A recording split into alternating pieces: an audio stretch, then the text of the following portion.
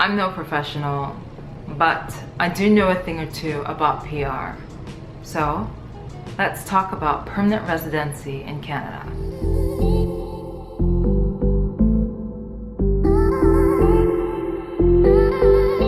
Hey everybody, welcome back to my channel. This is my new setup and I can't lie, I'm loving it.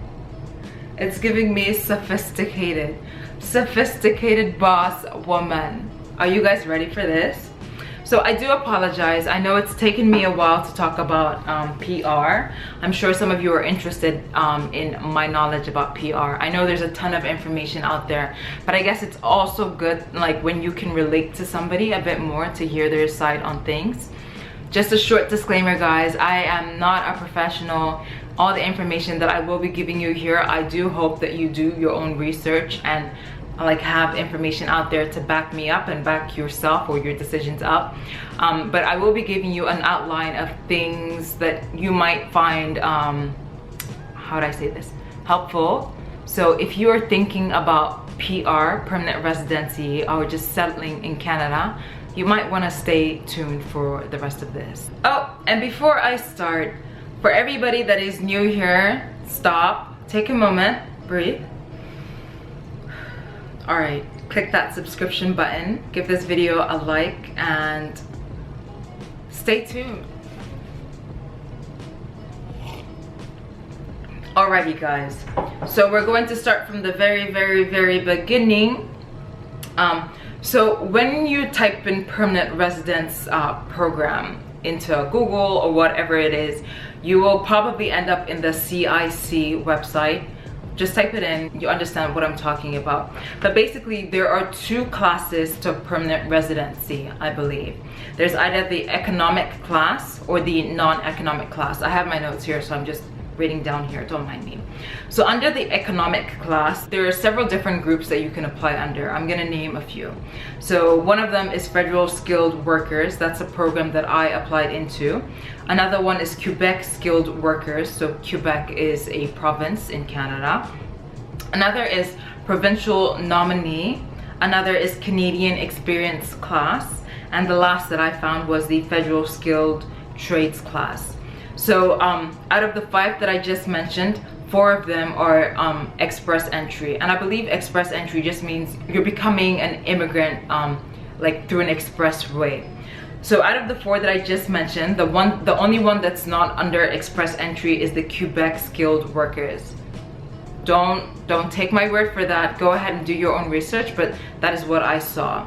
And then for the other side of the non-economic class, a few of the fields that I found, the groups that I found, is members of the family class, adoptions, and spouse or common law partners. So this non-economic class is using an individual who is already Canadian that would help you become permanent residents of Canada.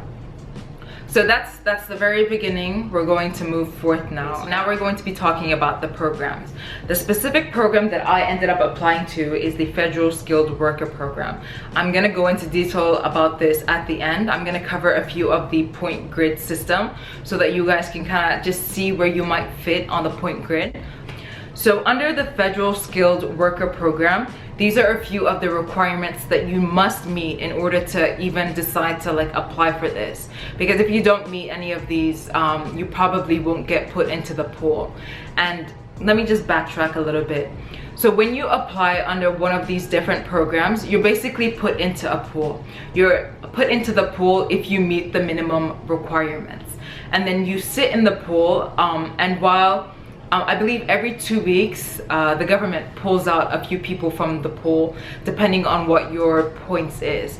So if you have if your points meet a certain threshold, I believe the lowest, one of the lowest that they've called recently is like 470, around there. So if they happen to call that number, that's going to be the minimum number. If your number is that number or higher, you get pulled out of the pool and you get invited to apply for permanent residency. Now I haven't been pulled out of the pool, so I can't really give you details about that, but I am currently in the pool for the Federal Skilled Worker Program, and I'm going to go into details for the point system in a moment. So under the federal skilled worker, these are a few of the requirements that you must meet. The first thing is you need to have at least 1 year of continuous work experience within the last 10 years. So within the last 10 years of your life, you need to have at least 1 year of continuous work. I believe it's with one company or with one program or anything. It has to be one year of continuous work, basically. And that work must fall under the NOC 0, A, or B. I'm gonna talk about the NOC codes at the very end of these different programs, but let's move on for now. The next thing that you need to meet in this specific program is your language skill. Your language skill must be a 7 in all 4 abilities. I believe the 4 different abilities are the language, reading, speaking, and writing. So you will have to take either the IELTS or a different exam, regardless of if you're an English speaker for life or not. Everybody has to take this exam, and you must score a 7 in all of these 4 abilities in order to be put into the pool for this specific program. Next, you have to have your education verified. So if you go on, you will find the how do I put this? The institutions that they use to accredit your education. I don't exactly remember what it was because it's been a while that I've applied, but you do have to get your education checked and see if it meets the Canadian standard. So that will be it for the Federal Skilled Worker Program. I believe those are the 3 different requirements that you must meet in order to even be considered for the pool at all. I will go into more details soon about this specific program, so wait till the end to hear more about that. So the next program that you can consider going into is the Federal Skilled Trades Program. The first one that I mentioned was the Federal Skilled Work Program. The Federal Skilled Trades Program is more like if you have a certain trade. So if you are a farmer, if you're a mechanic, electrician, I believe, things of that sort, you might consider applying under this program. So this program, the drawing is a lot lower, and the requirements, the standards of the requirements is also a lot lower. Since I didn't apply under the Federal Skilled Trades Program, I'm just going to mention a few of the requirements that you do need to meet in order to even be considered for this pool.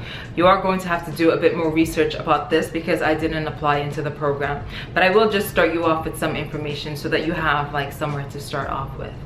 So the first requirement that you do need to meet is that you need at least 24 months of work experience and then eligible skilled trades within the last 5 years. So within the last 5 years, I believe the eligible skilled trade falls under NOC B for this class, and it needs to be 24 months of work experience. I'm not sure if that's continuous or not. You have to do your own research for that, but that's 2 years of work experience in this program. The next thing that you need to have is your language skill. So earlier with the skilled programs, I said that in all 4 of those abilities, you needed to have at least a 7 or more. With this one, it's a bit different. So with the speaking and listening, you can score a 5 and above. That's going to qualify you for this.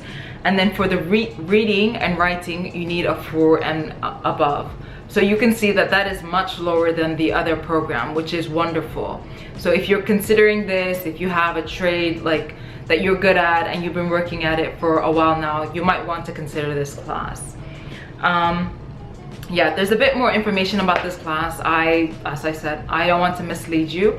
The information that I have mentioned, I'm pretty sure that is accurate, but go ahead and do your own research for the remaining information that you need. So the last program or class that I will be talking about is the Canadian Experience class. So this is another class that I was considering, and I'm still considering if the Federal Skilled Worker Program doesn't work for me. So basically, the Federal Skilled Worker Program allows somebody who's not in Canada to kind of qualify for PR. It gives you the ability to use all of your experience, your past experience, your age, several different things to qualify you for immigration into Canada. But if you are in Canada and you weren't able to become an immigrant through this program, the next thing that you can consider is the Canadian Experience class. So I'm just gonna read off a few of the requirements that you do need to meet in order to be put into the pool for this class. So the first thing is at least 12 months of skilled work experience in the same NOC codes that I mentioned earlier. So the NOC 0, A, and B within the last 3 years. So basically this is how this works. So I'm a master, I'm no longer a master's student. I just graduated with a degree. I have a master's degree. So now I have the ability to work. With the program that I studied, now I should be getting a postgraduate work permit. So basically what I can do now is work for 1 year in a specific NOC 0, A, or B. And then after working in one of those specific NOC codes for 1 year, I can come back and apply for the Canadian Experience class. The good thing about this is that this also pulls out really, really low numbers. I think the numbers, I know the numbers are way below 470. I believe closer to the low 400s. I should have checked, but I didn't. I don't know what the last drawing for that specific class was. But the Canadian Experience class is another very good option for you if you do decide to come into Canada and study and work afterwards. And then the language skills. So the language abilities are pretty much the same, but they kind of just divide them in 2 ways. So this is kind of cool. What they have done with this class is they have taken a bit of the skilled worker program and the trades worker program. So I believe if you work in this NOC 0 or A code, you kind of classify for the skilled worker program. And so in that case, your language ability has to be a 7 or more in all of the 4 abilities, as I mentioned in the federal skilled worker earlier. If you work with a NOC B job, which falls under the trades program, your language ability has to be a 5 or higher in all 4 abilities. So that is it for the programs, just the few detail and the requirements that you need to know in order to even classify or fall into the pool that they end up putting you down the line. So let me just talk a little bit about the NOC code. So NOC, N-O-C, stands for National Occupation Classification. So when you go onto the website, you can just type in NOC job description and you'll be able to see a table of all the NOC codes. It's important that if you worked in the past, that your job title not only matches that specific NOC code job title, but the job description as well matches. So that's something key to like keep in your head. I'm just gonna tell you guys how you can find whether or not a NOC 0 is qualified as a number, a specific number. So basically what they do is they write jobs in numbers. So a job, let me just find a job. So a job classified with 4 digits, 0015. This is called a NOC 0 job. So the first 0 that you see there, that's what classifies it as a NOC 0. And then another example for NOC A is 4021. So the 0 in the second position, that's what classifies it as the NOC A or a 1. So another example is 1111 or 1112. So the 1 in the second placeholder, that is what classifies it as a NOC A. And then for a NOC B, also in the placeholder, you have numbers 2 and 3. So you can have 1241, the number 2 there, so 12, that classifies it as a NOC B. And then the 6322, the 3 in the second placeholder, that's what classifies it as a NOC B. And I'll just give you examples of different jobs. Let me see what I have written here. Okay, so for NOC A, we have 1122.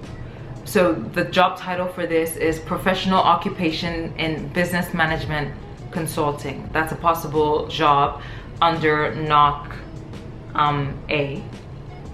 Another possible job under NOC B is Insurance Adjusters and Claim Examiners. So hopefully that helps. I'm sure it should help clarify some things for you. That covers that, and the next part of this is Federal Skilled Worker Program specifically. One moment. Alrighty, so before I dive into my own specific application, or just give you an example of the point system for the federal skilled worker, what I do want to say is that if you do decide that you want to apply to become a permanent resident of Canada, you can go to the website. What they do is they have this assessment, an assessment that you can fill out and see which of the different programs that you fit under. It's actually very helpful. If you really are looking to become a permanent resident in Canada, I do suggest that you give that a try and see where it is that you might fit in. What I'm going to break down right now is a lot more information, so let's stop talking and just dive in. Alrighty guys, so there are several different factors. The few factors that I will be talking about here, which I believe is all the factors that they use to give you a specific score, is age, that's the first one, education, your IELTS, your work plus IELTS, your education plus IELTS, PNP, so the provincial nominee program, a job, and if you have siblings. Okay, so with age, basically it kind of makes sense how they have the point system for the age. What they're looking for are young individuals, or I guess young couples, although if you are single, you do get more points.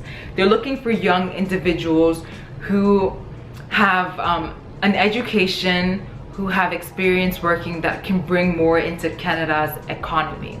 So if you're 29 years old or younger, you get the most points that you can in this specific category. You should be able to get 110 points. And then if you're 30 years old, you should get 105 points. If you're 31, it's 99 points. If you're 32, it's 94, and it just keeps going. I believe if you're 45 and older than that, that's when you get 0 points for age. The next thing we're going to talk about is education. So they give you points based on whether you have a Bachelor of Science, plus another degree, a master's degree, or a PhD. So of course, if you have a PhD, you get the most points for this. You should be able to get 150 points if you are single. If you're applying as a single individual, you should be able to get 150 points for a PhD. For a master's, it should be 135 points. For a bachelor's plus a different degree, it's 128. And for a bachelor's of science alone, it's 120 points for that. Okay, and now let's talk about the IELTS. So I took the IELTS. I'm just gonna give you guys my score, what I got for the IELTS. So my listening was a 9, my reading was a 7, my writing was a 7.5, and my speaking was a 9. So all of those points added together got me 133 points total. And from what I know, or what I've heard, I think that is almost the maximum that you can get for the no, it's not the maximum. I think 136 is the maximum that you can get. So I got 133, almost the maximum, almost there. So for my listening, for instance, I got a 9. So I got the highest points that I could have gotten. The highest point you can get is a 9, so a 9 out of 9. So I got 34 points for that. For the reading, I got 31 points, I believe. For the writing, I got 34 points, and for the speaking, I got 34 points. So that's the breakdown of my IELTS. So the next thing is work plus IELTS. Basically, I'm not sure exactly what it is that they use for this, but if you work for less than 1 year, and under a specific NOC code, you shouldn't get any points for this. But if you work between over 1 year and so between 1 and 3 years, I believe you should be able to get at least 25 points for that. And if you work over 3 years, it should be about 50 points. The next thing they do is use your education plus your IELTS. I don't know what the cutoff for the IELTS is for you to be receiving points for this. You would have to do your own research for that. I do apologize, but I do know that I did get points for this, for these specific, like work plus IELTS and the education plus IELTS. So I know that if you got a score close to mine with the score that I just mentioned earlier, you should be able to get points in these fields that I'm talking about. So if you have an education plus IELTS, you should be able to get an extra 25 points for your Bachelor's of Science, an extra 50 points for a Bachelor's of Science plus a different degree, an extra 50 points for a Master's, and an extra 50 points for a PhD. And then the next is the provincial nominee program. So I didn't apply into this program, but from what I've heard, basically you have to apply into a different system, into a different thing that I didn't apply to. You apply in I believe on that specific website or program or whatever, the province either lists what they're looking for or they don't. But basically, if you apply and they see that you're what they're looking for, they will pick you. And if you get picked, you should be able to get an extra 200 points. So if you can manage to get into this program and get picked, you're pretty much set to go. An extra 200 points puts you, like, gets you invited for PR, basically. Because if you're, let's say you are 29, you get 110 points plus the provincial nominee, that's 310 points. And then say that you have a Bachelor's of Science, so that right there is 430 points. And then a few other things like your IELTS and all that other stuff, you should be able to qualify very easily. So if you're invited for the provincial nominee, oh guys, I said 200 points, I meant 600 points. So if you're invited for the PNP, you get 600 points there and then. So everything else doesn't even matter, you qualify. Like, that's it, honey. So if you can get into that, look into that information. I never did. Maybe I should now that I'm thinking about it, but it's a very good thing. So 600 extra points for that. And then what I meant to say is the job. So basically, if you apply for different jobs and there's a company out there that has been looking for somebody to fill a role and can't find anybody to fill a role, and they find you and they apply for the Lima for you and their Lima gets accepted, so basically they're sponsoring you to come into Canada and work for them, you get an extra 200 points. This is another great booster. So if you can find a company that will hire you and sponsor you, that's another great route to follow. And then the last thing that you can do is, if you have a sibling in Canada, you can get an extra 15 points. So I'm not going to say exactly what my score is right now. Maybe you guys can be wise enough and just do the calculations and figure out my score right now. I believe the last calling for the Federal Skilled Worker Program was around 470 something along those lines. So I'm just being hopeful over here. I thought I would just share the information, and yeah, that is all the information I have to give. Once again, guys, disclaimer, I am not a professional. This is just what I know, and the information that I have given you, I know it's accurate because I see my score. I know, like, the points that I just mentioned, they match up to the score that I was given. So I'm pretty positive, pretty sure about my accuracy, but do your own research. Anyway, that concludes this video, guys. I hope you guys learned something that other people aren't giving you out there. If you guys thought this video was good, please leave a thumbs up, subscribe once again, share this video to anybody else who's thinking about coming to Canada to settle in Canada. Canada is definitely a beautiful place, a beautiful home, and just the fact that they're doing things this way is really wise. It gives people the opportunity to actually settle down in Canada if you have something to bring into Canada, which is awesome.